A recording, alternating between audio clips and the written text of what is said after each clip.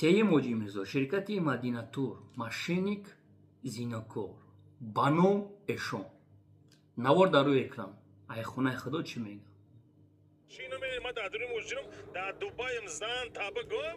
و چهارم شرکت زمزم عمره مافیوس چیستا باندیتیزم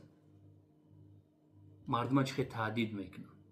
نوار در روی اکران ای خونه خدا حاجی میرزا زنش در همینجا بوده خودش نیست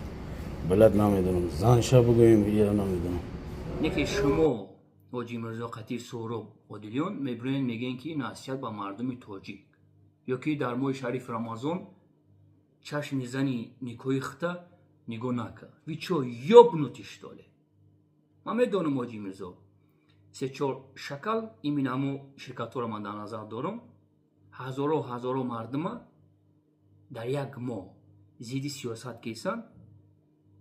شما برای ما خپاسین و دستگیری میکنین نکی ساق فایب خب نمیکنن یا که حاجی میرزا دوله در قوش هستی برای که شرکتی مدیناتور دارم گفت که ما دوله هم اسپاریم